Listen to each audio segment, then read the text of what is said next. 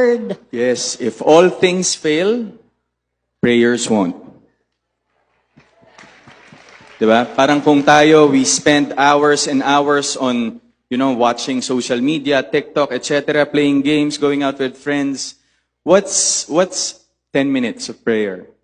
When you wake up in the morning, you say a prayer, you thank God for waking you up again and giving you another day to be a blessing to your peers, your group. And then at the end of the day, another 10 minutes.